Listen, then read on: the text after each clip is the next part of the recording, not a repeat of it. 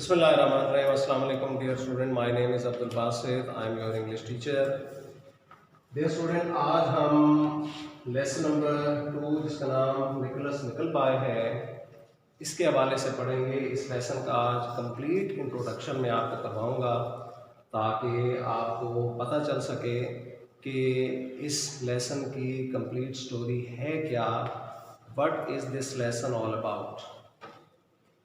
Basically dear student, ये lesson England के 19th century के एजुकेशनल बैकग्राउंड के हवाले से कि 19th सेंचुरी में इंग्लैंड का तालीमी निज़ाम कैसा था फ्रॉम 1812 टू 1870। 1812 से लेके 1870 तक जो उनका तालीमी निज़ाम था उसका सारा अहवाल इस लेसन में बताया गया है कि उनके तालीमी निज़ाम में क्या क्या खराबियां मौजूद थी। अगरचे उसके बाद उन्होंने अपने तालीमी निज़ाम में ऐसी रिफॉर्म्स की हैं कि आज 21st सेंचुरी में पूरी दुनिया से लोग उनके मुल्क में जाके तालीम हासिल करते हैं, उनकी यूनिवर्सिटीज़ में तालीम हासिल करते हैं। लेकिन इनका ये अपडेटेड तालीमी निज़ाम हमेशा से ऐसा नहीं था। इस लेसन में एक ऐसे स्कूल के हवाले से बताया गया था जो कि बोर्डिंग स्कूल था। बोर्डिंग स्कूल वो होता है कि जहाँ पर स्टूडेंट्स को तालीम भी दी जाती है, उनकी रिहाइश का इंतज़ाम भी होता है, उनके खाने पीने का इंतज़ाम भी उसी स्कूल के अंदर होता है।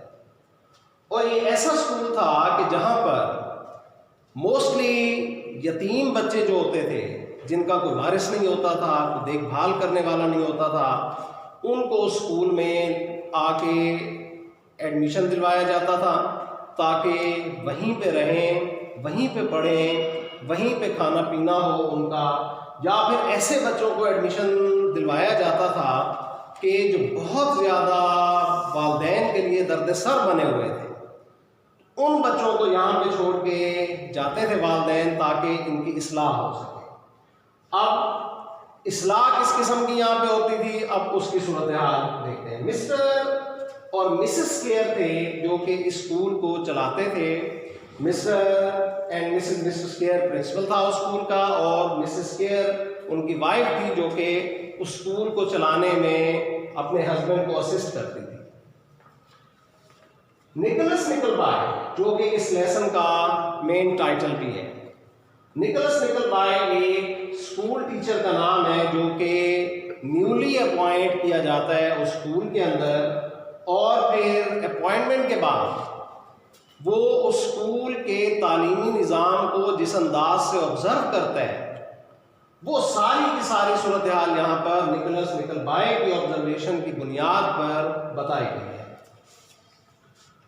अब निकोलस निकलबाय जो कि अपॉइंट होके उस स्कूल में, बोर्डिंग स्कूल में जाता है, तो जाते ही जो देखता है वहां पर, मुशाहिदा करता है उस स्कूल के हवाले से, तो पहली जो चीज़ है वो है बच्चों की फिजिकल अपीयरेंस। ज़ाहिरी तौर पर बच्चे कैसे दिखाई देते हैं, कैसे नजर आते हैं, वो सूरत हाल बताते हैं। तो ज़ाहिरी तौर पर बड़ी पुअर फिजिकल अपीयरेंस होती है, यानी उनके अंदर, बच्चों के अंदर वो बचपना होता ही नहीं है, वो खेल कूद होती ही नहीं है, बल्कि इंतहाई फिजिकली वीक बच्चे होते हैं, मुड़ी हुई हड्डियों वाले बच्चे, कमज़ोर बच्चे, ना कोई कहके लगा सकते हैं, ना कोई खेल कूद में हिस्सा ले रहे होते हैं, बिल्कुल सहमे हुए, परेशान, घबराए हुए बच्चे, ये वो मुशाहिदा करता है। फिर दूसरी चीज़ जो वहाँ पर देखता है कि जो भी नए बच्चे वहाँ पर एडमिशन लेने के लिए आते हैं, वालिदैन जो उनको छोड़ के जाते हैं, तो इब्तिदान उनको बड़े अच्छे तरीके से वेलकम किया जाता है, वालिदैन को भी, बच्चों को भी, और बड़े अच्छे अंदाज से उनको VIP प्रोटोकॉल दिया जाता है। लेकिन जो ही उन बच्चों को लाने वाले, चाहे उनके वालिदैन हैं या उनके रिलेटिव्स हैं, जो ही वो स्कूल से बाहर जाते हैं तो फिर काफ़ी अरसे तक वो उनका पूछते भी नहीं हैं। लिहाजा फिर वो मिस्टर और मिसेस केयर क्या करते हैं कि जो ही वो बच्चे और उनका सामान आता है उसको अपने कब्जे में ले लेते हैं। इवन के वहाँ पर पड़े हुए पुराने कपड़े, पुराने जूते उनको दे देते हैं और उनके नए कपड़े, नए जूते अपने कब्जे में ले लेते हैं और अपने बच्चों को इस्तेमाल करवाते हैं। इसी तरह जो नाश्ते की सूरत हाल थी, जो कि निकोलस निकलबाय ने ऑब्जर्व की, नाश्ते से पहले बच्चों को एक शीरा नुमा शरबत पिलाया जाता था और उस शरबत का बुनियादी मकसद क्या होता था? वो शरबत नहीं होता था, दवाई होती थी। यानी वो ऐसी दवा होती थी कि जिसको पीने के बाद बच्चों को भूख नहीं लगती थी सही तरह।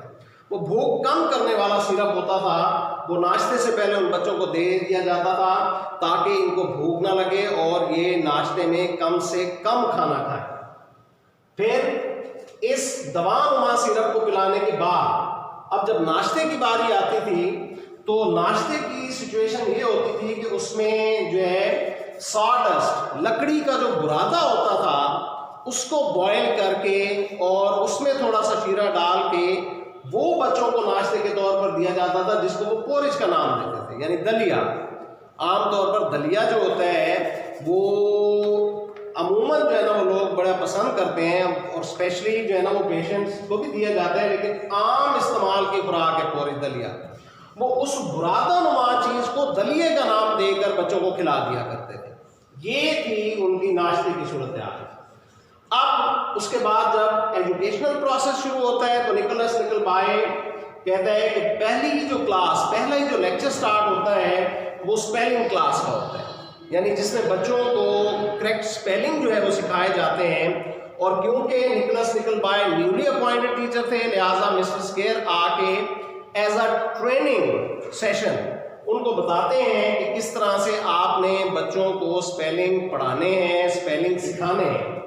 अब उस हवाले से, स्टडी प्रोसेस के हवाले से फिर निकोलस निकलबाय ऑब्जर्व करता है कि ये सूरत हाल थी कि 8 बच्चों के पास एक किताब थी पढ़ने के लिए, यानी एक किताब को 8 बच्चे सर्कल बना के और उसको पढ़ा करते थे। अब जब पढ़ाई की बारी आई तो अब मिस्टर स्केयर ने उनको पढ़ाना शुरू किया है निकोलस निकलबाय को दिखाने के लिए कि देखें ये हमारा वे ऑफ टीचिंग है, इस अंदाज से हम पढ़ाते हैं, बच्चों को सिखाते हैं।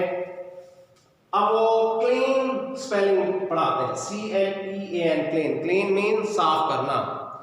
अब जब ये वर्ड पढ़ाते हैं क्लीन तो फिर कुछ बच्चों को कहते हैं अब आपने ये वर्ड पढ़ लिया है क्लीन, इसका मतलब होता है साफ करना, लिहाजा फलां बच्चे चले जाएं और जाके फलां जगह की सफाई करें, यानी उनके घर की फलां जगह की सफाई करें। अब ये वर्ड पढ़ाने के बाद घर का सारा काम, घर की सारी सफाई उन बच्चों से करवाते हैं। इसी तरह विंडो जो वर्ड है उसको मिस्टर स्केयर साहब विंडर पढ़ रहे थे। अब ये स्पेलिंग सिखा रहे हैं और स्पेलिंग सिखाने का अंदाज देखें, विंडो को विंडर पढ़ रहे हैं। तो बुक में लिखा हुआ है, एक्चुअल वर्ड क्या है? विंडो, खिड़की, तो वो पढ़ा रहे थे विंडर। विंडर, इवन के विंडर भी गलत पढ़ाने के बाद फिर बच्चों को कहा जाओ अब ये जो खिड़कियां हैं अब इनको साफ करो। उसके बाद बॉटनी जो है, ये इल्म निबातात जो है, अब इसको इस अंदाज से स्पेलिंग पढ़ाते हैं जिसके स्पेलिंग है BOTANY, बोटैनी, और ये BOTTINNY, ये गलत स्पेलिंग जो है वो बच्चे को पढ़ा रहे थे।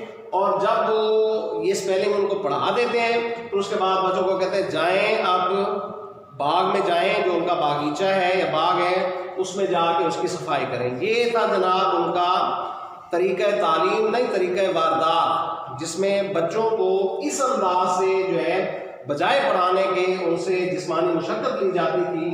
तो इसी तरह से फिर मिस्टर स्केयर जो है वो इस स्पेलिंग क्लास के दौरान एक बच्चे से पूछते हैं कि do you know about horse, क्या आप घोड़े के बारे में जानते हैं? तो स्टूडेंट कहते हैं जी मैं जानता हूँ। तो फिर मिस्टर स्केयर उसको कहते हैं जाएं जी उस घोड़े की देखभाल करें, उसकी अच्छी तरह से मालिश करें, उसको नहलाएं और उसकी अच्छी तरह से सफाई करें ताकि फिर मेरे बच्चे उस पर हॉर्स राइडिंग कर सकें। ये तरीक़ाकार था।